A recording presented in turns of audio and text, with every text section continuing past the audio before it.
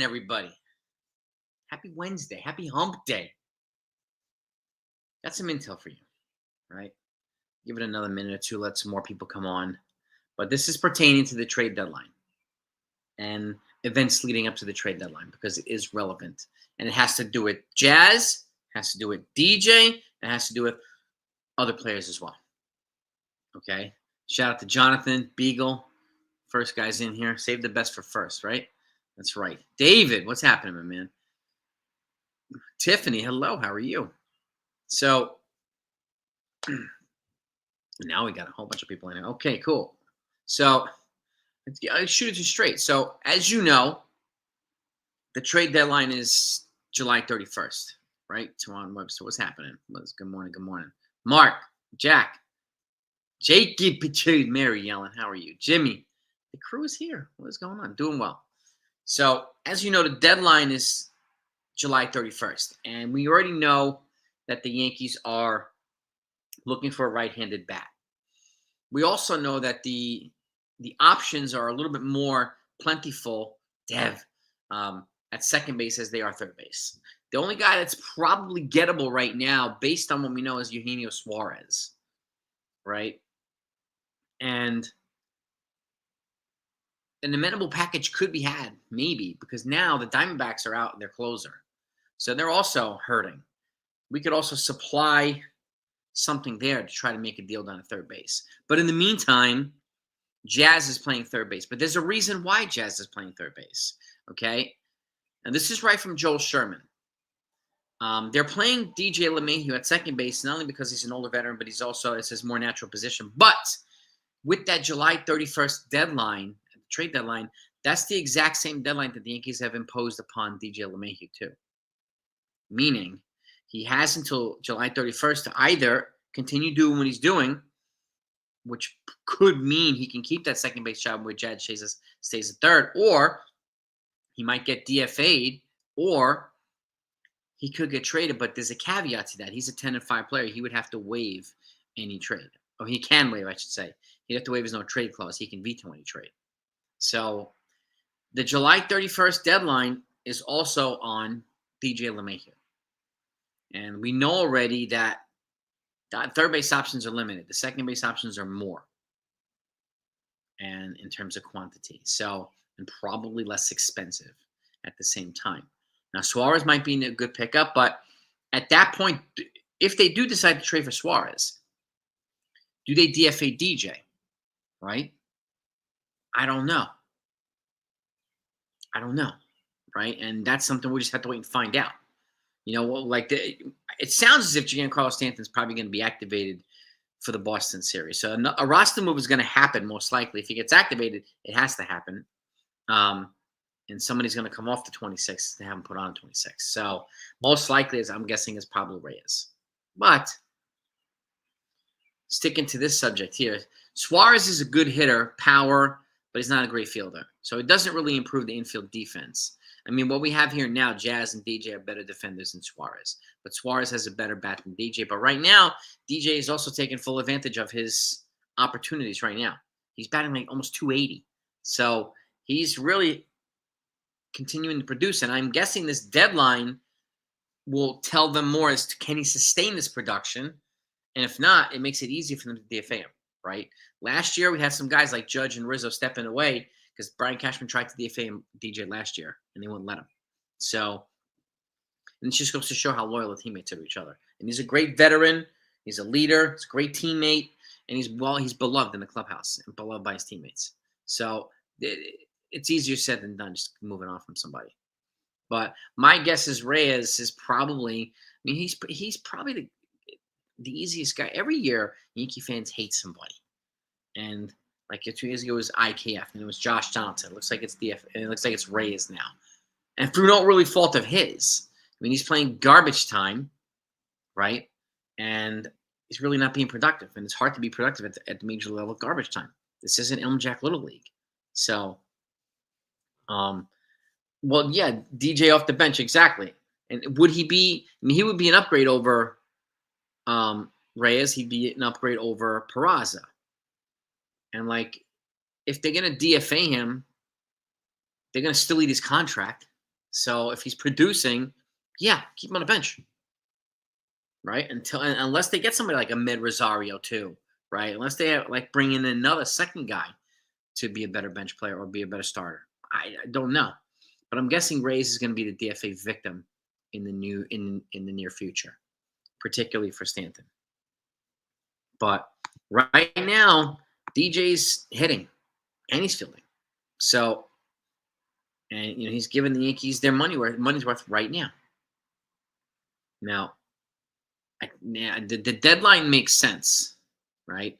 July 31st. That's the trade deadline. That's the deadline the Yankees have. For those of you who just came on, come on. The Yankees have bestowed a July 31st. This is right from Joel Sherman. They bestowed a July 31st deadline for DJ LeMahieu. Okay? And, yeah, well, exactly. Paul Goldschmidt can get a day off here and there, sure. As a veteran player, you put Bryce in there, sure. It makes it easier to get Rice at bats, especially when Stanton comes back, right? Because we want Goldschmidt to have a strong second half of the season like he did last year. He had a really strong first half so far. So, but he has tailed off a little bit recently. But I'm not really worried about it. But he is a veteran player, and this is where it's good to have players like Ben Rice and even players like DJ LeMahieu who can play these positions to give Goldschmidt a day off, right?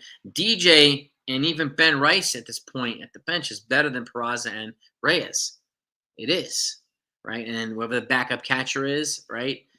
JC Escara, and then the next person, right? It could be an Ahmed Rosario. And the reason why I say that is because he's a utility guy.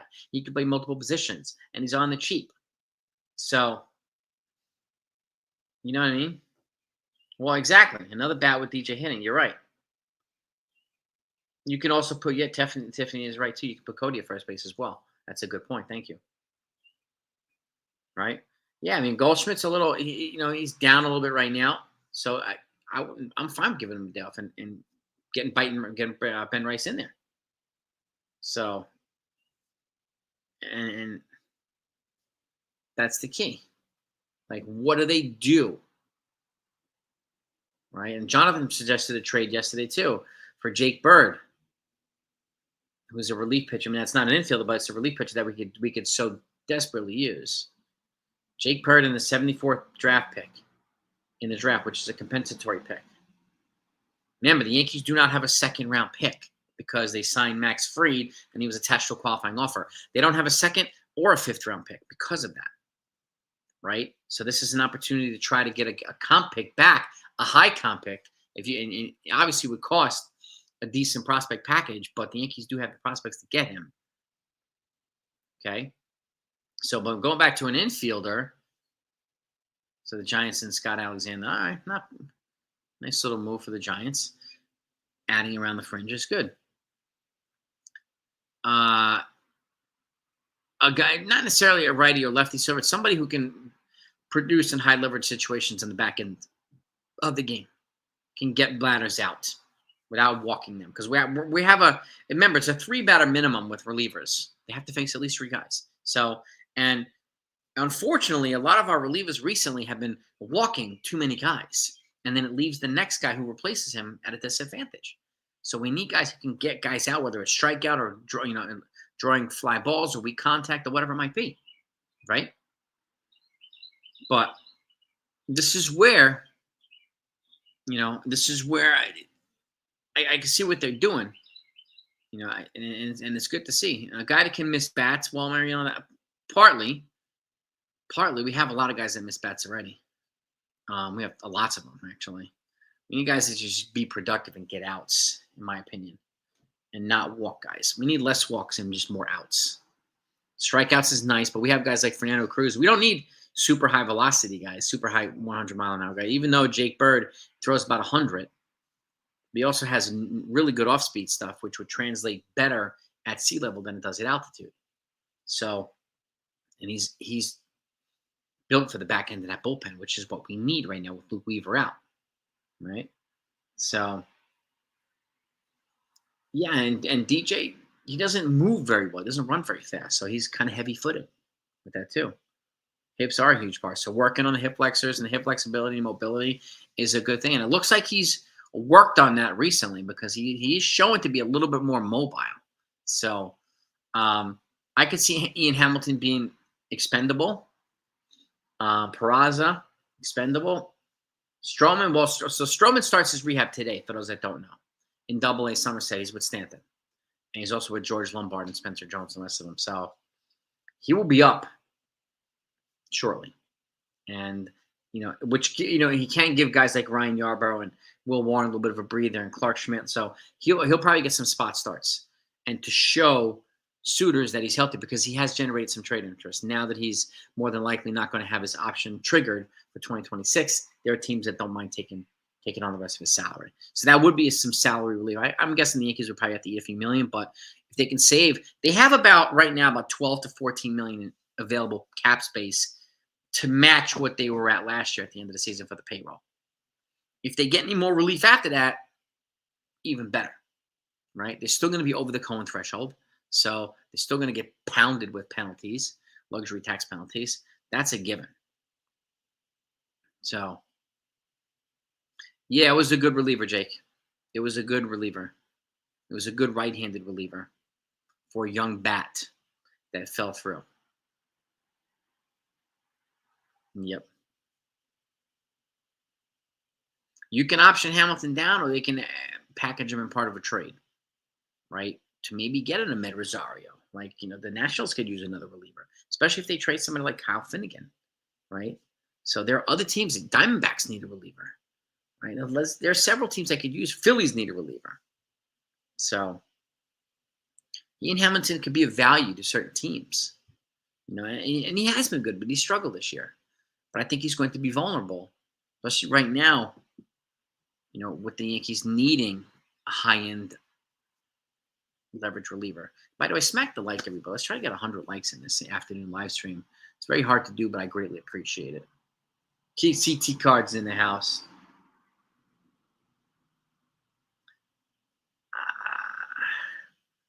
They have to figure, Tim. They have to figure out a way to get Rice and Stanton. I mean, Stanton should have at least a day off a week, maybe even 2, right? That creates 2 opportunities for Rice.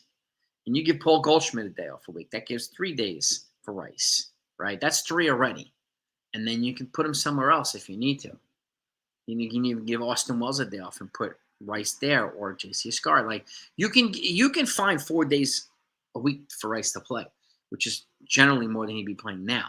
And once, with the roster being full, that's kind of the way, probably the best way to get him regular at-bats, while giving Stanton regular at-bats, but also giving him recovery at the same time. Because when he plays all the time, at some point he gets hurt. So I think it would be a smart idea to infuse recovery on a regular basis with his playing time. So, yeah. So, yeah, I mean, a solid reliever. Well, I know that they're looking into one. Tim, they tried to trade for one last week, but it fell through. Starter, I know that they're looking for as well. So Beater looked good last night. For making a start, I think he's going to come to the bullpen. Relentless Rich. I honestly think he'll come. If he does come up, it'll be bullpen. I mean, I would give Goldschmidt at least 1 day a week off. At least 1 day. Devin Williams, no, 0 chance. They move Devin Williams. 0 chance. Why would they?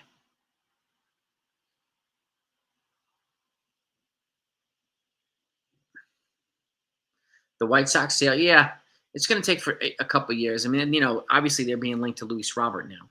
He's a change of scenery guy. But what are you going to bring him here to compete for at-bats with Trent Grisham? I mean, what's the point of that? You'd have to move Grisham in a separate trade somewhere else to get Luis Robert. But the fact of the matter is right now, Grisham is currently better than Luis Robert, right? Even though Luis Robert's younger, he's 27. Do you want to take that risk? That also means you'd be committing to Jason Dominguez full-time, which is fine, but you're not going to sit Luis Robert. And you're not going to play him 1 day a week. It makes no point to do that either. I'd rather keep Trent Grisham here with Michael. What's happening, my man? No, the Yankees are not going to trade DJ LeMahieu. He said 5 to 10 play. Can veto any trade.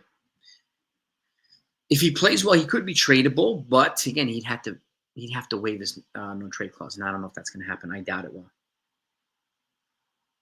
So, yeah, I think Devin Williams will walk. I think the Yankees are going to try hard to bring back Luke Weaver. So, yeah, it just doesn't make sense to. Beagle, would I extend Grisham now? No. Not right now. Mm-mm.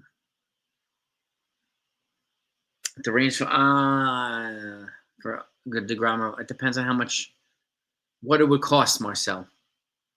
How much contract are the Rangers willing to eat, and what it would cost in terms of prospects? Because I'm not giving Spencer Jones for either one of those guys. Yeah, definitely extend Jazz. I mean, where would you play him is the question after you extend him, because you remember George Lombard. When he comes up, you got to have a position for him. You could play him at second and keep Jazz at third. You can play George Lombard at third and play Jazz at second if you want to do that. So,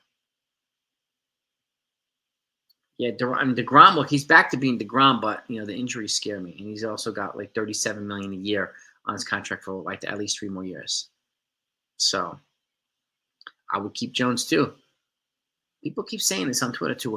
When's it too late to call him a bust? I'm like, what are we talking about? He's on pace for a 30-30 season, Spencer Jones. He's producing well, Jack. He's on pace for 30-30.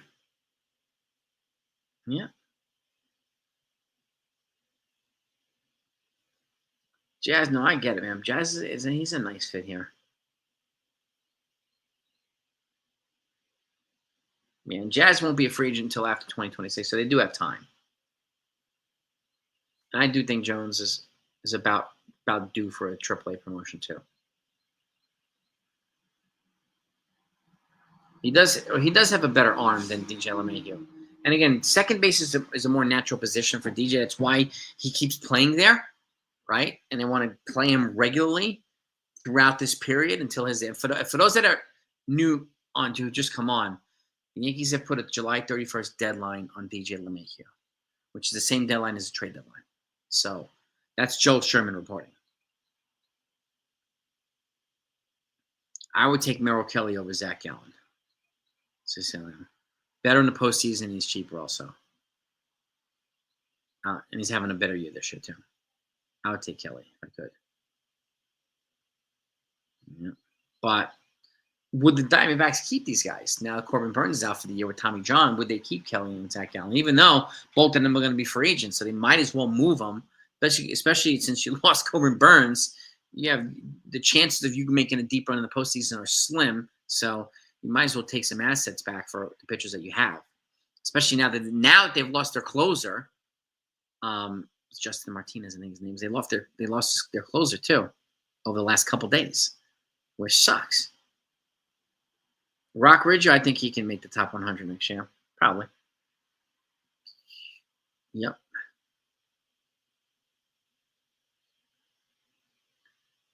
The details that.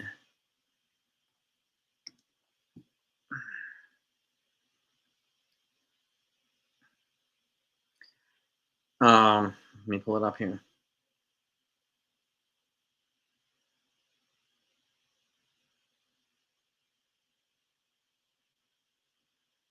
I have it right here.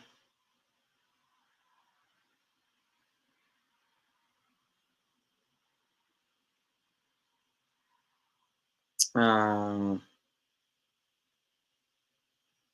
this is some of the stuff that. Despite his recent hot spell and the fact that he'd won a Gold Glove in 2022, LeMahieu has been a black hole in the Yankees lineup over the past 2 seasons.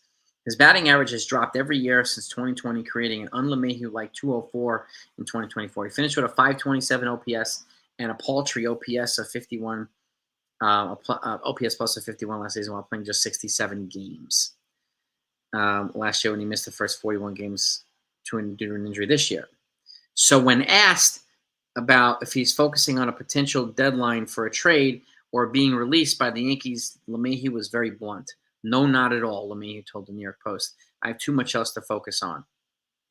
Joel Sherman reported the Yankees are giving LeMahieu a deadline of July 31st, which is the same day as the trade deadline, to prove he is capable of playing every day before the Yankees make a trade for an infielder.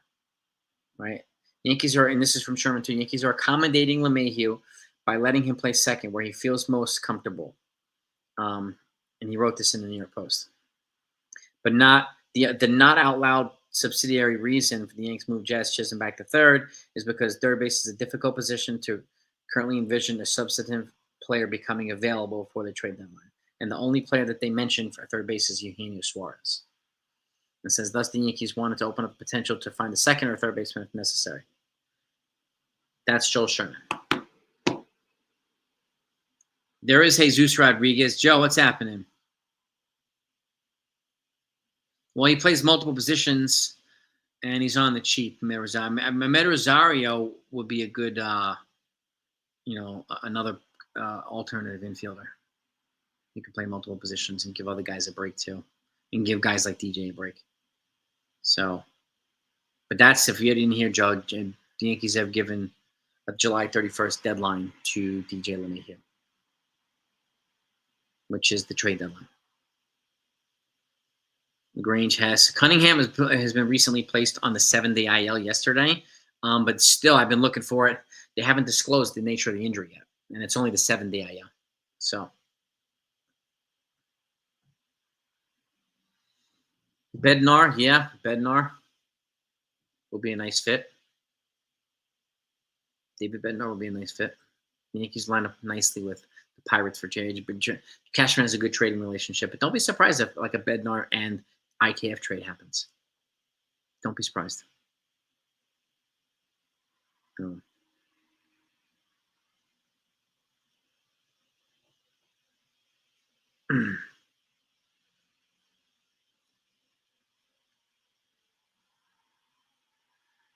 Yeah. I'm also trying to get Joel Sherman on the channel as a guest to kind of get some more insight from him. He's a hard man to reach. But so that's what I wanted. That's the information I wanted to share with you guys.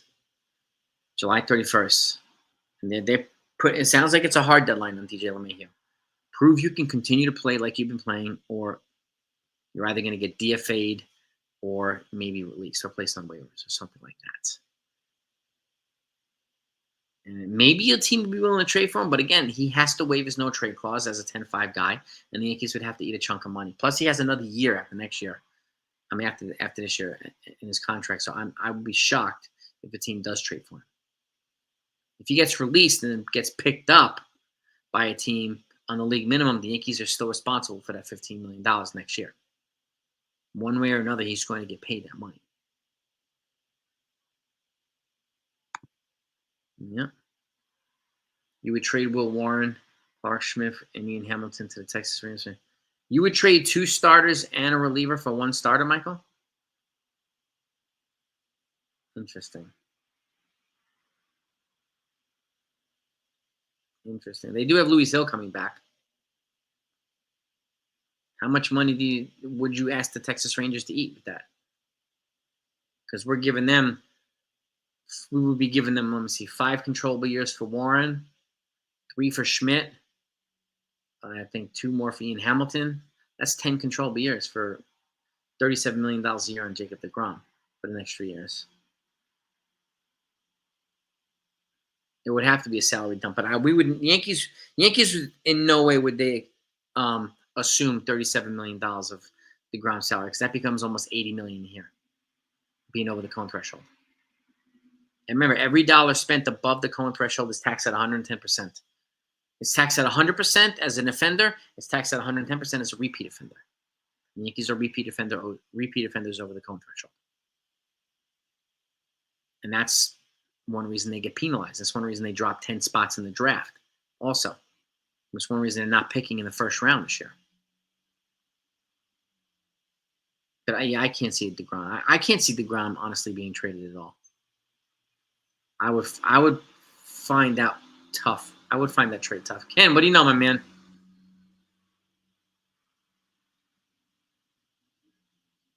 Evaldi, maybe the Yankees would be open to. But I do think T. Caskets, what's happening? Welcome. Brendan Donovan, I would love too. So he's got some more people in here. Ken, if you haven't heard, the Yankees have put a July 31st deadline on DJ LeMahieu. Jeff Passan, I'm working on trying to get him too, Stephen B. No. either someone with control or somebody who's on an affordable contract who's proven in the postseason and won't tie them up for years. That's one reason I'm looking at Merrill Kelly, because he represents all those. Right. But we're also getting Luis Hill back, and he's got 5 controllable years. So, yes, because the Yankees have put a July 31st deadline on DJ LeMahieu. He's got to prove that he can play. But in the meantime, they're going to continue to look to try to upgrade the infield. So he's got to prove that he can play. Otherwise, he's probably going to get DFA'd or put on waivers or something. So, and that's right from Joel Sherman.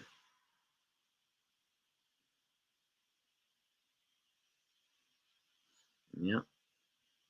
So far he's been playing pretty well. He's hitting almost 280, which is good. But will he sustain that over the next month or so? That's the question.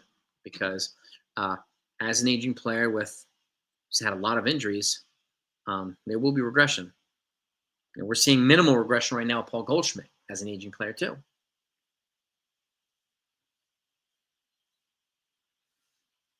Well, that's the only type of pitcher I would trade prospects for as a controllable starter. I wouldn't trade prospects for like an expensive starter who's a free agent. Controllable, that's the value you get back in return for trading prospects, at least in my opinion. So, Luis Hill will give the Yankees more options. Yeah, it makes it easier to trade somebody like Stroman.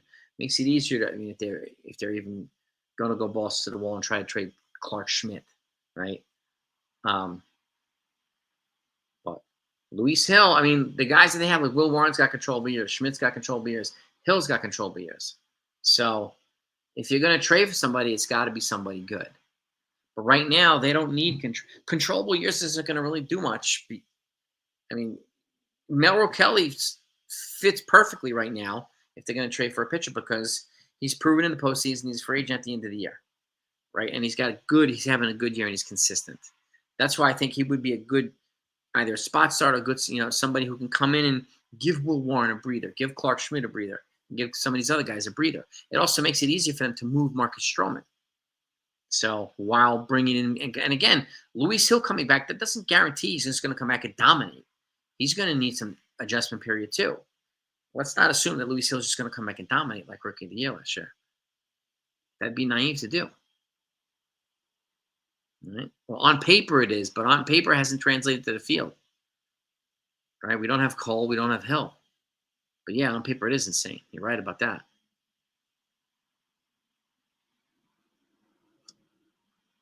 I can see Suarez or Lau Siciliano. I can't see both. I could see an infielder, a starter like Merrill Kelly, and a reliever.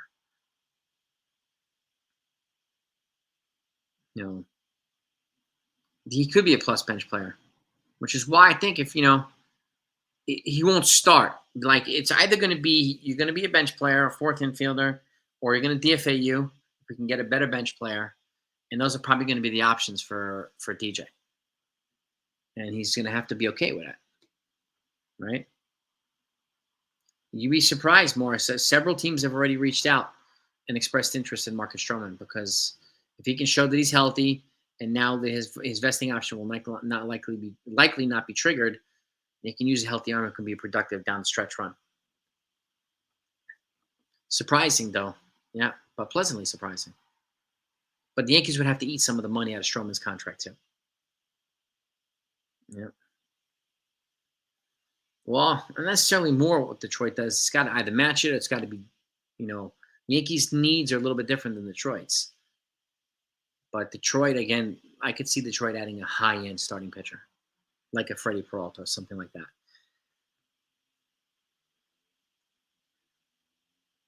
Stroman also has ridiculous stats in Detroit.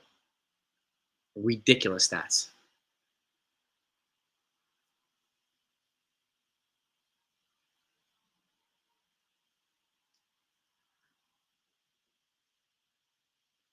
The deadline for who?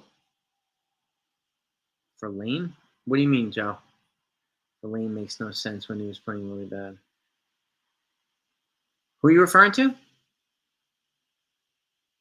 Does Gallen have any control? No, he's a free agent after this year. He's predicted or projected to sign with the Philadelphia Phillies because he's from Pennsylvania, but you never know. He's a free agent at the end of the year. So is Merrill Kelly. Yep. So there'll be some decent starting pitchers. There's going to be a very deep closer free agent market. Super deep. That's the deadline that the Yankees have given DJ LeMahieu. You have until July 31st to prove. In the meantime, we're going to look. And if we find somebody who's going to play better than you, you're going to ride the bench or we're going to DFA you. And your days as a Yankee are likely over at that point. So they're giving him that grace period and letting him play at second because it's a natural position. But now this deadline is kind of set in stone now for DJ. Yeah, Stroman. The Yankees would probably have to eat half of that. Which, I mean, if they get, let's just say they get an additional $4 million in payroll relief. Right now, they're at about $12 million in wiggle room to equal what they spent last year in terms of the salary, the payroll. So any additional money beyond that is good. That's why I keep mentioning like Merrill Kelly, Jake Bird, Brandon Lau, guys like that, because all three of those guys can be had and can fit within that payroll space. Right? And it addresses all three needs the Yankees are looking to address.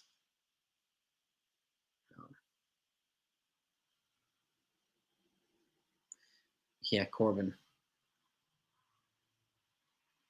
Yeah, probably. Corbin signed a monster contract, and he was terrible for most of it. So, the final Steve Cohen, yeah. Yankees are up there. And Jerry, yeah, this is the other thing too, Jerry, right? Jake Cousins has setback in his rehab with his elbow. He's very likely a candidate for Tommy John. So,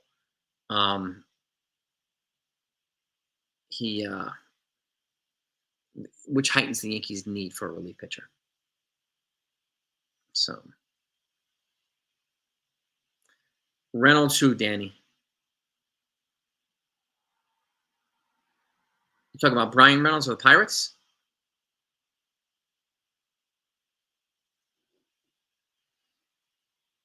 There's a rumor being floated around that the Dodgers might try to trade for him. If you're talking about Brian Reynolds. But the Yankees don't need a center fielder. So it wouldn't make sense. The Yankees, especially he has like 7 years left on his deal. It wouldn't make any sense. It would block guys like Jason Dominguez or Spencer Jones or some of these guys. Wherever the payroll is at the end of the season is where the payroll is where the penalties get applied. So if they're under the initial, they're over the second, that's where the payrolls will be associated based on where their payroll is at the end of the season. Yeah. But yeah, this is a improving around the margins type situation here. So, and Brian, yeah, Danny, I mean, Brian Reynolds, there's a rumor that the Dodgers are going to try and trade for him, but I don't know. But I like Brian Reynolds, but he's no longer a fit for the Yankees. I mean, Finnegan's could be had, but then maybe, I don't know. Could you get Finnegan and Ahmed Rosario? You could. Because you had that versatility in the infield. But again, both those guys are going to be free agents at the end of the year. And again, like if you get Finnegan, then you might lose Finnegan, Weaver, and Devin Williams at the end of the year because they're all going to be free agents. So, but the Yankees could go after Andres Munoz from the Mariners. He's going to be a free agent. So is Ryan Helsley. He's going to be a free agent too. It's going to be a lot of free agent closers at the end of the season. It's going to be that's where probably the most robust market's going to be. And then you obviously have Kyle Tucker, who's going to be a free agent too.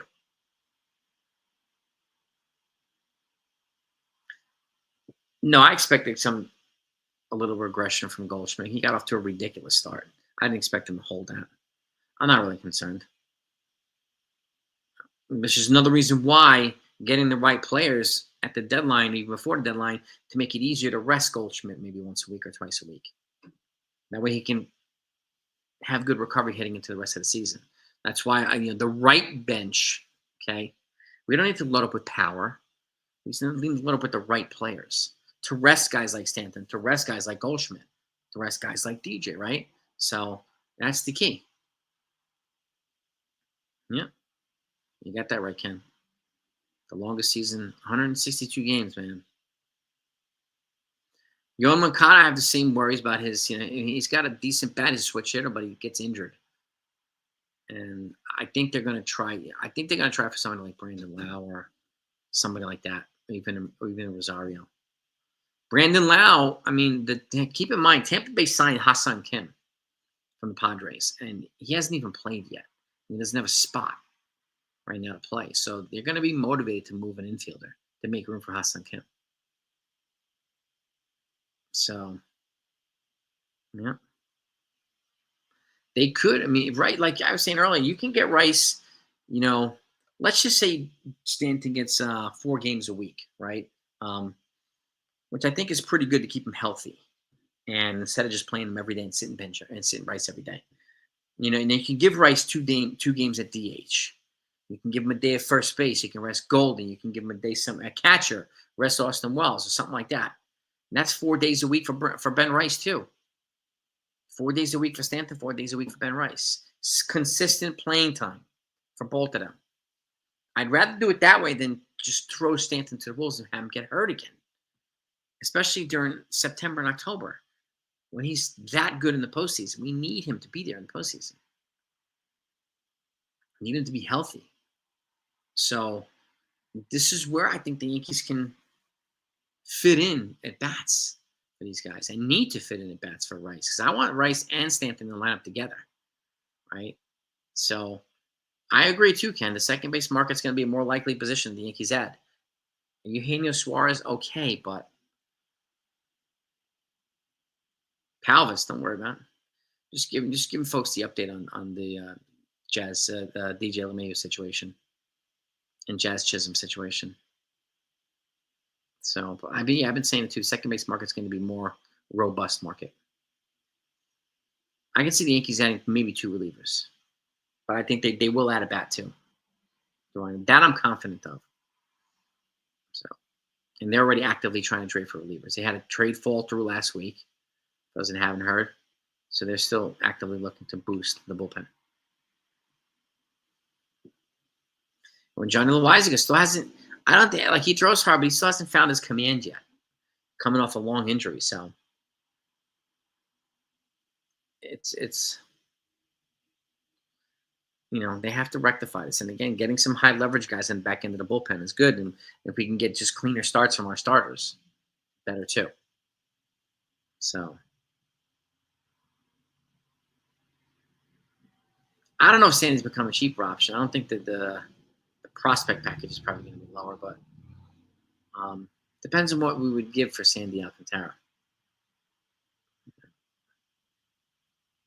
Mariano would not trade with Tampa. I totally understand that too. Tampa does a good job of getting good return packages. They scout extremely well. They develop extremely well, so they tend to win their trades. But me personally, I don't really care who wins a trade. If Brandon Lau addresses a need at second base, I'll take Brandon Lau if we can get him. And we kind of know already that Cashman's not going to give Spencer Jones. He's not going to trade our big guns to Tampa Bay and have them punish us for the next decade. We already know that. Long middle, they could. J.J. Romero could be available from St. Louis Cardinals. There's a couple guys that could be available. Yeah. Now that Ryan Yarbrough is not our lefty long relief guy, could use a lefty long relief guy since he's been kind of spot starting now as a 5th starter. But yeah, smack that like button, gang. Let's see if we can get the likes up. I want to try and get as close to 100 likes as possible. It's always very helpful, and you staying with me this long is really, really helpful to not only the channel and the algorithm, but it's greatly appreciated too. So, and I'll wrap this up in a minute too. I just wanted to get you this intel that came out this morning. So, told you I'd keep you updated on everything. Move back to August 15th. Could be. I mean, I would be fine with that. But I do think there are more pressing issues in the CBA that need to be addressed before the trade deadline. But I would not ignore the trade deadline either. Yeah. Waiver trades. Well, that's the thing.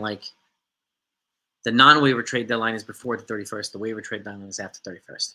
That's how Justin Verlander got picked up by the Astros when he was put on waivers by the Tigers. The Astros picked him up and led them to a World Series. He was placed on waiver after the deadline. So The Yankees were going to send a bat, Marshall, a young bat for a top relief pitcher, and it fell through. That's the only details I can give right now, Marshall, until I'm told otherwise, because that trade might revisit itself. Yeah, we'll see it, Boston. We'll see. Yeah. We'll definitely see. Pete Fairbanks. There's a lefty reliever from the Tampa Bay Rays that I like. He throws extremely hard, but again, it's going to be hard to get a reliever from Tampa Bay Rays too. But yeah, Fairbanks is pretty decent as well. Yeah.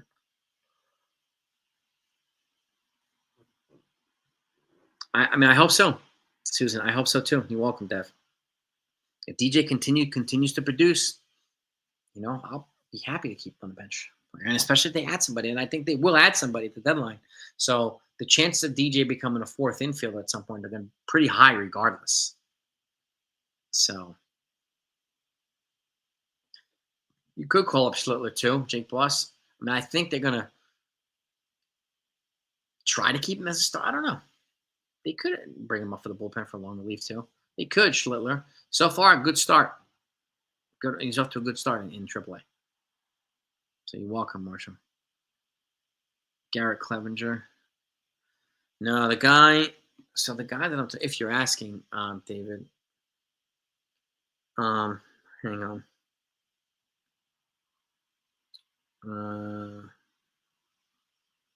Let's see. Gotta get his name again. I don't think it's Clevenger, though. He's a lefty.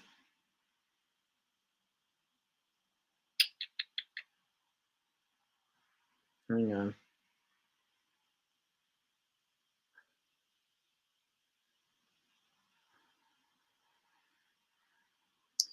He's got a very.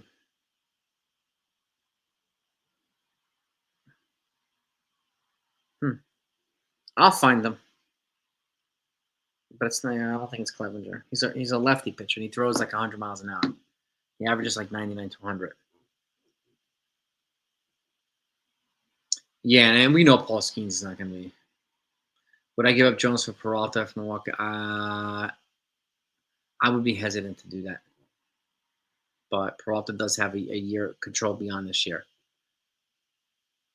I would try to give up a different package, a bigger package. Everson Pereira, try to give him another pitcher back or something like that. But I'm guessing the ask would be Jones. I mean, I'm going to try at all ends to not trade Spencer Jones, but we'll see what happens. Unless something happens that, the only way I can see Spencer Jones being traded is if an offer is made that they can't refuse, that he has to go. Like, other than that, I'd be shocked. John Montgomery, I think he had Tommy John, right? Yeah, they might. Well, Bellinger has an option after this year, an opt out, or he can opt back in for 2026, which I think he'll do, based on how he's playing. I'm not sure he can make as much in free agency per year than he would make in 2026, unless he goes in and starts to have an MVP type season.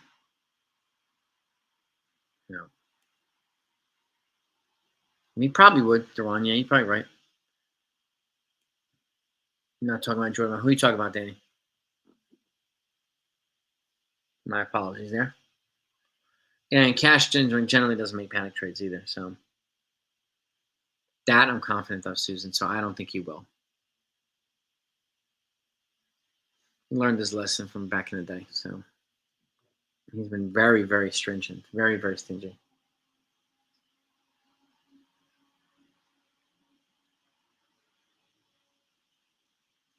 I think, Louis, you could be right, but I think they're hoping that Jones pans out. That way they don't have to spend $500 million on Kyle Tucker. That's my guess. Because Jones is 23, Tucker's 29. We're going to be 29. So you get 6 years of cheap on Spencer Jones. You want to take advantage of that. And like Kyle Tucker's not lighting the world on fire either. It's not like he's like, oh my God, we have to have him. He's not doing that. Right? Look at his stats. Montez, yeah, and that generally wasn't a panic trade too. I mean, the Yankees. I mean, his medicals. He got good medicals, and then apparently found out later that they were not good medicals. And that's if I were them, I mean, I would have sued the A's. I really, really would have. Um, but yeah, I mean, I totally understand the Montez comparison. Kyle Tucker's batting 278 with 13 homers. Got a WAR of 2.8. So he's probably a 5 WAR player. But again, he's not lighting the world on fire. 12 doubles, 4 triples, 42 ribbies. So, he's projected to probably get 30, 90 or something like that. Who's comparing him to Joey Gallo, Spinning Mantis? Who's comparing him to that? Yeah, I think people, I mean, a lot of people just go on the hype machine and they don't look at his stats. Say, oh my God, Kyle Tucker, because everybody's talking about him more. Everybody that's talking about it, they even look at his stats. Right? Yeah, it's just crazy.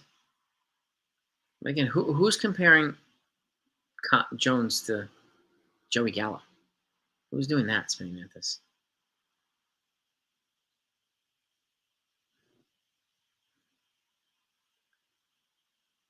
Wow, exactly, Duran, exactly. It's just, it's crazy. Oh, Nate Lavender. Hold on. Let's see.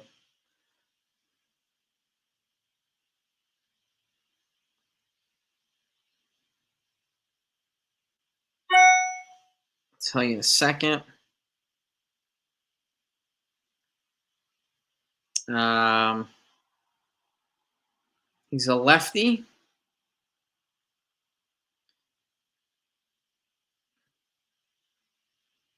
Tampa Bay. Man, Mason Montgomery. That's right. That's the guy, Mason Montgomery. Yep. Ryan Garcia is comparing him to spin to. Oh, I don't agree with that at all. At all.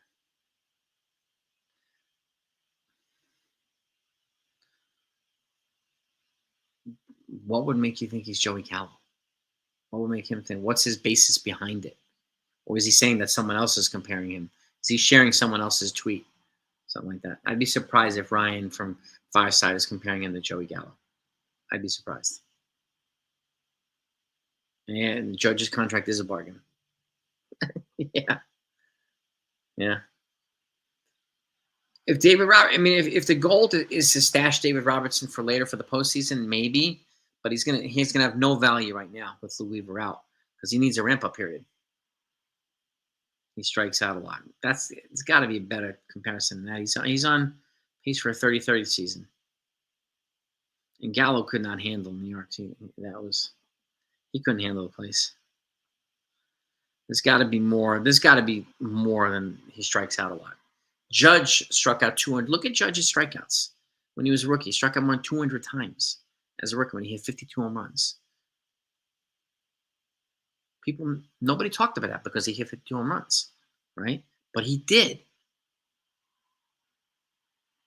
right? To 229, he's going to hit projects. I don't do projections. 30 plus power and 30 steals and elite defense. That's not Joey Gallo. That isn't Joey Gallo. Somebody's saying Craig Kimbrell. Let's see.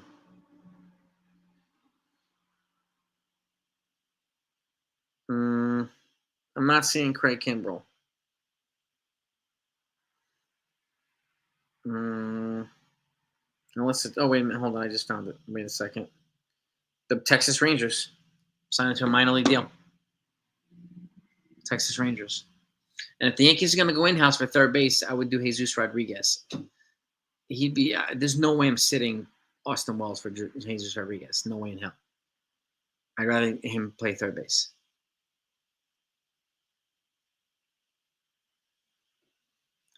Yeah, I think they're not gonna do Aaron now because of the price. He did look scared to be in New York. Yeah.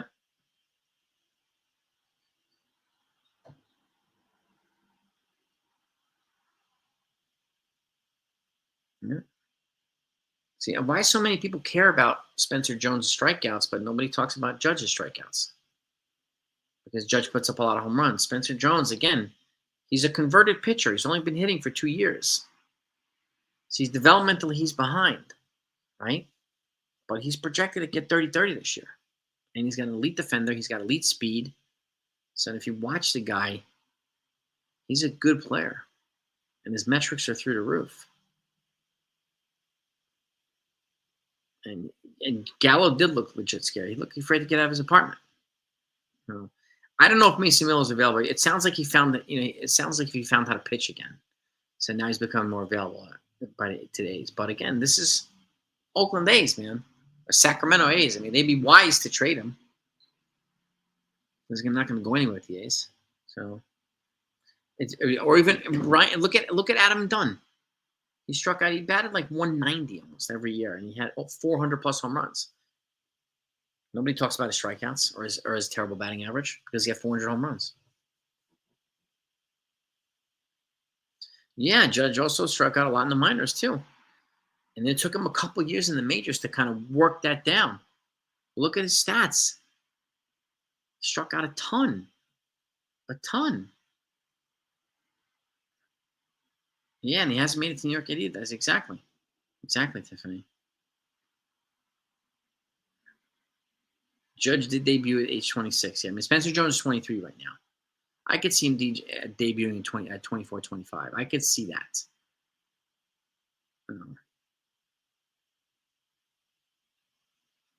Yeah, I would personally avoid Ryan Helsley. Sevy, oh my God. He's trying to give us heart. He's trying to give us heartburn, man. Danny. Yeah, Adam Dunn says he was a stud. Super nice guy. Yeah, he was a super nice guy. And he was a dangerous ass hitter. Yeah.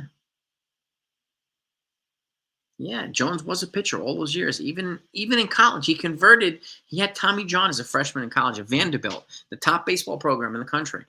And then he came back and became a hitter. It took Jason Dominguez 5 years to get to the majors. Okay, this is Spencer Jones' second full year as a pro. Actually, he's in his third right now.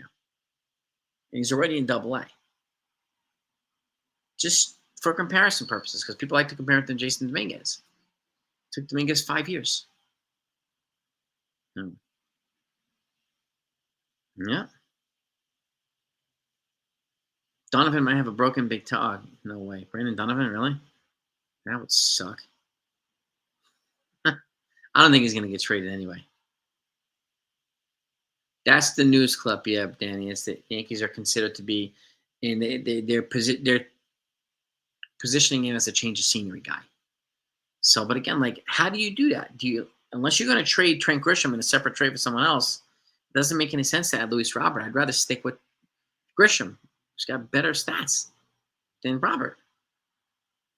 I mean, Robert's younger. He's 27. He's a super talent, but like, that's a risk. That is a risk. No. Well, exactly, too, Ken. Exactly. I mean, Bryce Cunningham, Vanderbilt, SEC, the top conference in all sports, baseball and football in college, SEC. He was a big-time pitching prospect. There he is, Joey from the shift. Joey Baggy Donuts. How you doing? Yeah, I don't see the point. I agree with you, Joe. I don't see the point in Luis Robert. I mean, I could appreciate the change of scenery, but let him go to somewhere like Texas and hit with some of those guys, or send him to the Rockies. Let him hit balls through the moon in Colorado. I don't want to move on from Trent Grisham to make room for Luis Robert. If he comes here and tears the cover, great, but it's a risk, and if it doesn't happen, then losing Trent Grisham is going to suck. Yeah, well, exactly, too. He's not an elite outfielder, too. Trent Grisham is. So that's a big risk to take. I don't know. You're right about that, too, Marcus. A lot of them don't understand. A lot of them think it's just, you should have no problem hitting 300 at the major league level. Really? You should have no problem hitting 300. It's not as easy as you think. Yeah, exactly. He's not a good OPS either, Joey. That's right, man. Yeah. Like I hit 360, but I was in high school. High school. No. Yeah, Jose Canseco too. Like these guys, like I like to use Adam Dunn because he was like basically Mendoza line hitter, but he had 400 plus home runs. He was a terrifying guy to pitch to, and he struck out a lot. That was his. That was right, Adam Dunn, right? Texas rumored to trade Garcia. Could be. I'd be surprised, but you never know. You probably can get some decent back from him. Yeah. Canseco, Canseco was also juicing. He also had a fly ball bounce off his head and turn into a home run. So there's that as well. Well, this is true also. And I would have personally kept Dominguez in center, but I understand the move. I think Cody Bellinger is just he's a more better, he's an elite defender. So I would rather protect Dominguez up the middle with Judge and Cody Bellinger on either side. I feel more comfortable with that, but I understand the logic behind these moves. So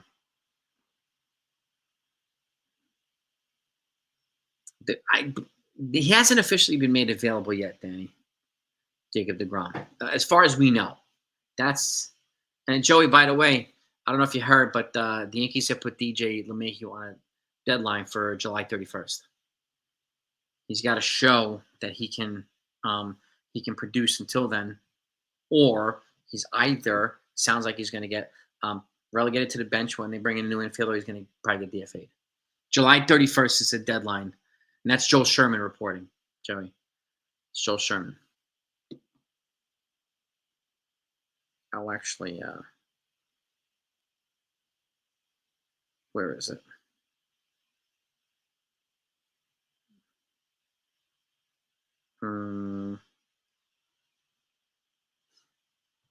Where's the article? I'll send it to you, Joey, so you can read it.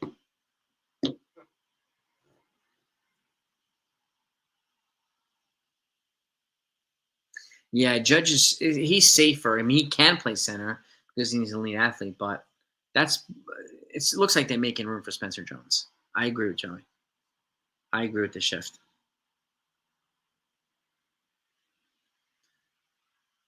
Yarbrough might head back to the pen when Stroman. And again, like once Stroman's ready, and then they have to give Stroman an opportunity to pitch so that they can shop him to suitors because there are teams that have already shown interest and reached out to the Yankees for Stroman already.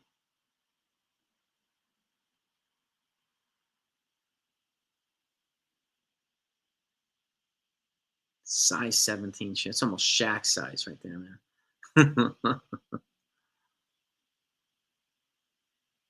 Yeah, man. Yeah. Yeah, Joey's the man.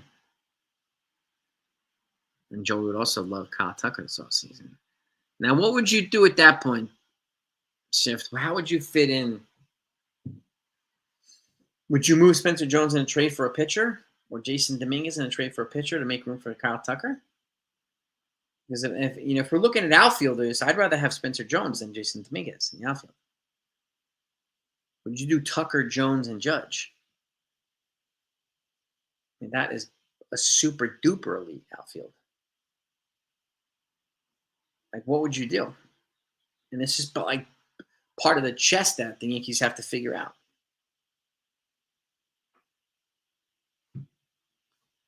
All right, Palvis, have a great day. I'll wrap it up in a minute, too, because I've been going on for a little while. I got to get some lunch, and I got to get back to work here, too.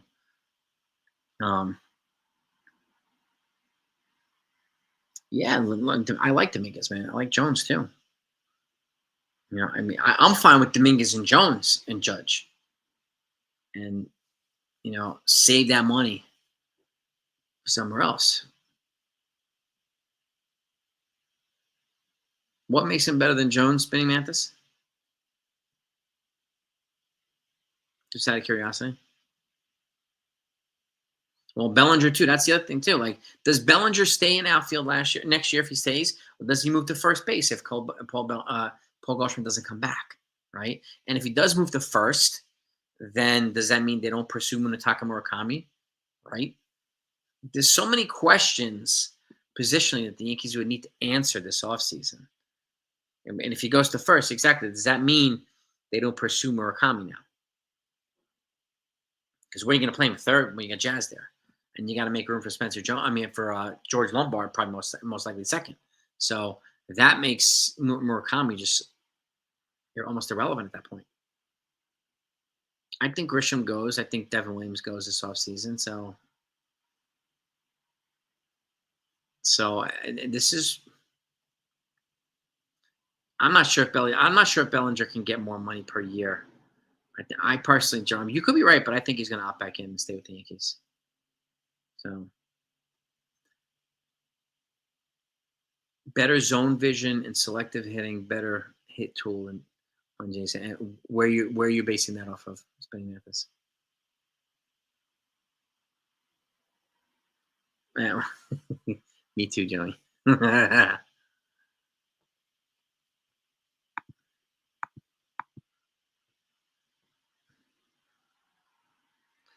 Well, unless he has a really good season, he's not going to get years in AAV over what he can opt back into next year. And he can opt back in and then become a free agent at the age of 30. If he has a real good year next year, then he can get a big contract at 30. But he could. I don't know. You never know. I would rather keep Volpe at second, have Lombard at third or second. Keep Volpe at short, excuse me.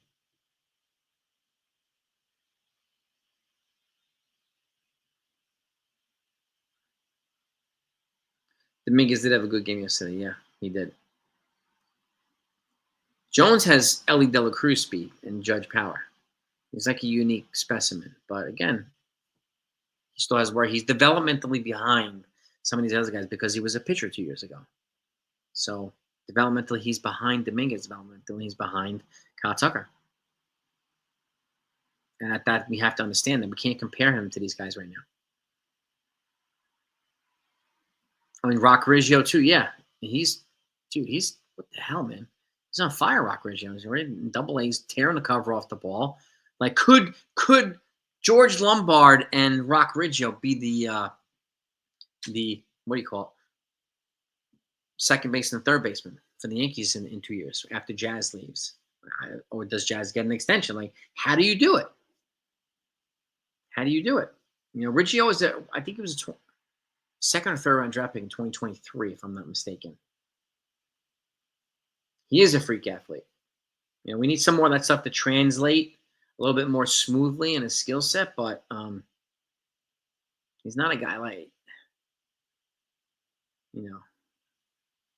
I've heard some of these outlandish trades recently. Somebody proposed trading George Lombard and Clark Schmidt for Ketel Marte. I'm like, please, like, all the respect, but like, please go take crazy pills. And then Marte's good, but he's also 31. He just signed a $20+ million contract, so per year. I think it's 5 years, $116 million, or 6 years, $116 million. But yeah, I mean, like, the Yankees have makings of a crazy young nucleus. If they stick with him, if they keep progressing, and then how you fit in these other guys like Kyle Tucker, like Paul Skeens, if he ever becomes a free agent.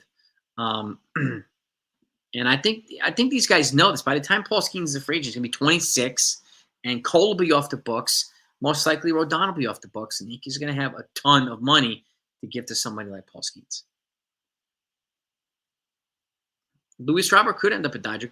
He could end up a Padre, too. I could see the Padres trading for either Luis Robert or Jarren Duran from the Red Sox.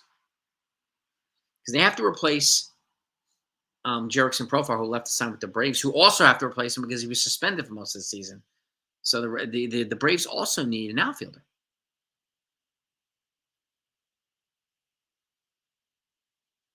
Brendan Donovan, while he plays a different position, Spinning Mantis, but I mean, you know how I feel about Brendan Donovan. I've been talking about Brendan Donovan for 2 years.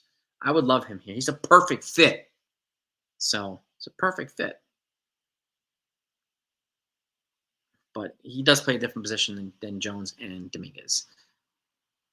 Jones is still projected to hit 30-30 this year. So he hits a home run about every 10 at bats. So he had a recent struggle, yeah, a little bit. He did do that shift. He did do that, Joey. But Brendan Donovan is a whole other level to me. He's a whole other level. And he's got 3 years of arbitration still in his contract before he becomes a free agent. But I think that if the Cardinals are going to trade an infield, it's going to be Arenado, not Donovan. They want to trade Arenado to they can make Donovan the starter there. So, and I totally understand that. If I was the Cardinals, I want to do the same thing. Yeah. I remember the furthest home run I've ever seen hit is Cecil Fielder hit a home run out of Tiger Stadium, over the roof, out of the whole thing. I've seen the Mark McGwire one off Randy Johnson too. That was like 560 feet. Some outlandishly ridiculous monster home run. Like, and I said, holy Jesus, like, how did you do that off Randy Johnson? Like, what the? That was more impressive than Randy Johnson pitching and making the bird explode during spring training. That was kind of fascinating. That was kind of cool to say, but obviously morbid. But I've never seen a bird explode either. No. Well, exactly too. Donovan is he's a complete product now too. I mean, it's hard to compare Jones or Dominguez to Donovan, but Donovan is a perfect fit to me. I would take Donovan over Ketel Marte any day of the week. Any day of the week. So, and Jarren Duran, I think he goes to the National League. I think the Red Sox are not going to trade him to the Yankees. So, I think he goes to the National League if he gets moved. And the Padres just seem like a perfect fit. Preller, he's going to be balls to the wall with some aggressive moves. I could see the Braves could add somebody like Luis Robert too, as a low-key environment for a change of scenery. Because that new ownership situation in the White Sox isn't really going to take effect. It's going to be like laid out over a couple of years. So, no, I don't. Yeah, same here, Duran. I can't see the Yankees in Boston making a significant trade.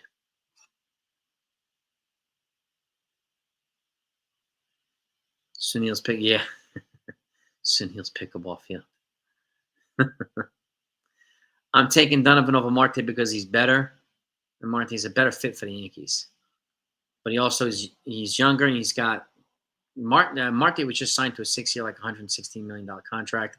He's 31 years old, and he's had some injuries oft over the last couple of years. I take Donovan because he's younger and he's a better fit for the Yankees. That's the easiest way for me to explain it, Joey. I mean, I wouldn't complain if they got Marte, but I was no way in the world I'm trading George Lombard and Clark Schmidt for him. But somebody suggested to me the other day. Yarbrough could be. You never know. Let me know what kind of soup Brian Cashman's cooking up, man. You never know. You know? I mean, like, if they're going to trade a starting pitcher, I think it's going to be Stroman or most likely probably Schmidt once Hill comes back. If they're going to trade somebody, I'm not sure they're going to move Yarbrough. He reminds me of Jamie Moyer. It's not like this not sexy lefty crafty pitcher. That guy had 260 wins. Jamie Moyer being the most unsexy lefty pitcher ever.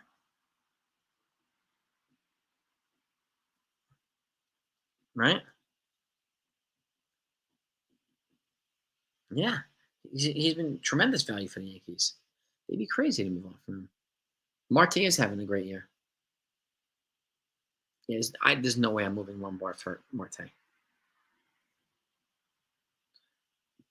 I'm 100% with you there, Joey. Like, I would move Lombard and Dominguez or Lombard and Jones for Skeens. But I don't think that's going to be enough for Skeens. You're going to need probably 5 of your 10 top 10 prospects, and then 2 or 3 of those are going to have to be in the top 100. Probably 3. Just to have but like Boston can just say, here you go. Here's Jared Duran, and here's Roman Anthony. I'll start with that, and then we'll add to that for Paul Skeens. Like Boston Red Sox they have the number one farm in baseball. They can pretty much blow everybody away. Paul Skeens. But yeah, I mean, like Joey, the package would give me diarrhea for days. I'd be like, and then like for days, the package that we require for Paul Skeens. It would be awesome, but again, send me to the bowl. Give me 2 rolls. Right? But yeah, I can't see like it doesn't make sense for the Pirates. Well, in one way it makes sense. If the Pirates want to kind of rebuild, then he's their most tradable asset, right? But on the other hand, he's one of the best pitchers in the game. They have him on the cheap for 4 more years past this year. Why would they move that?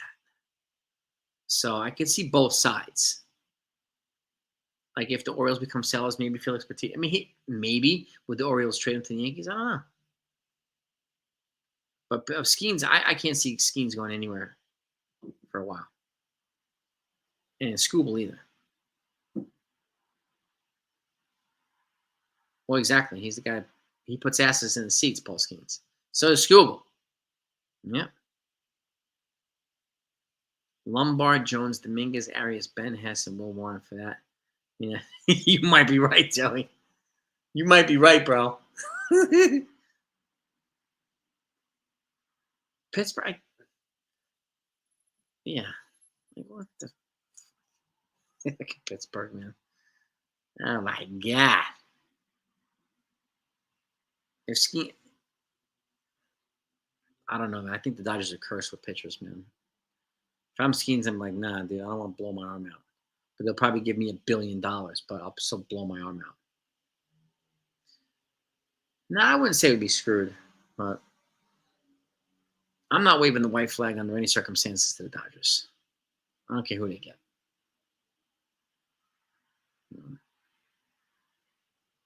Well, yeah, I mean, I agree, Doran.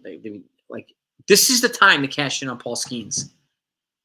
Otherwise, you're just, I'm going to get you a shirt that says I'm a jabroni, and you should wear it all the time if you're not going to capitalize on it. So, and a hat, a matching hat, is a jabroni. Got that wrestling term in there for you, Joey.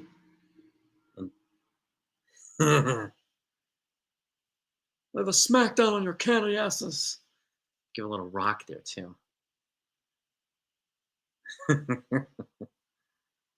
Yeah, I think Skeen stays in Pittsburgh too. Yeah, I think it's just the Pirates will sadly keep him. You know what I mean, Marcus? That's what I'm saying. But anyway, gang, I want to thank you all for joining me.